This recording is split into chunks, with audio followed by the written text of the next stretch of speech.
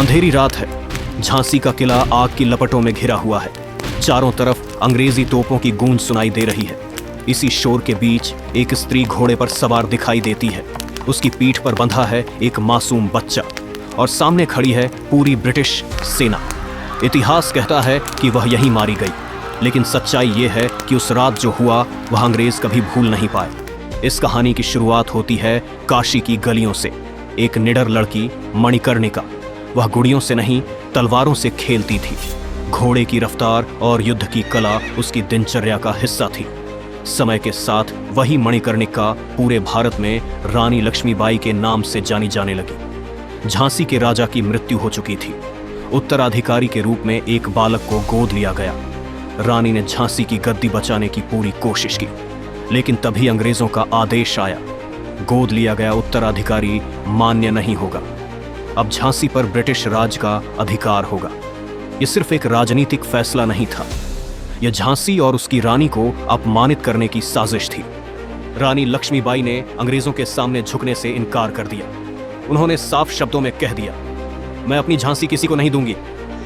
इसके बाद युद्ध की आग भड़क उठी। तोपें चली, दीवारें कांपी और झांसी रणभूमि में बदल गई। अंग्रेजों को तब एहसास हुआ कि वे किसी आम रानी से नहीं बल्कि एक तूफान से टकरा गए हैं। अंततः झांसी गिर गई। चारों ओर दुश्मन ही दुश्मन थे। किले से निकलने का कोई रास्ता नहीं बचा था। लेकिन उसी अंधेरी रात रानी ने एक ऐसा फैसला लिया जो आज भी इतिहास को चौंका देता है। उन्होंने अपने बेटे को पीठ से बांधा, घोड़े को एड़ लगाई और किले की ऊंची दीवार से छलांग लगा दी। ग्वालियर की धरती पर अंतिम युद्ध हुआ। रानी का शरीर घायल था, लेकिन उनकी तलवार अब भी दुश्मनों पर टूट रही थी। अंग्रेज सैनिकों को तब तक पता ही नहीं चला कि जिस योद्धा से वे लड़ रहे हैं वह एक स्त्री है और वह झांसी की रानी है। रानी लक्ष्मीबाई युद्धभूमि में वीर गति को प्राप्त हुई, लेकिन अंग्रेजों ने उनका शरीर तक नहीं पहचाना। आज भी कुछ सवाल अनुत्तरित हैं। क्या वह सच में वहीं मरी, या इतिहास के पन्नों से उन्हें जानबूझकर छिपा दिया गया? झांसी की रानी हारकर नहीं मरी थी, उन्होंने लड़ते लड़ते अमरता पाई थी। क्योंकि जो लोग अपने स्वाभिमान के लिए मरते हैं वे कभी समाप्त नहीं होते, वे इतिहास बन जाते हैं।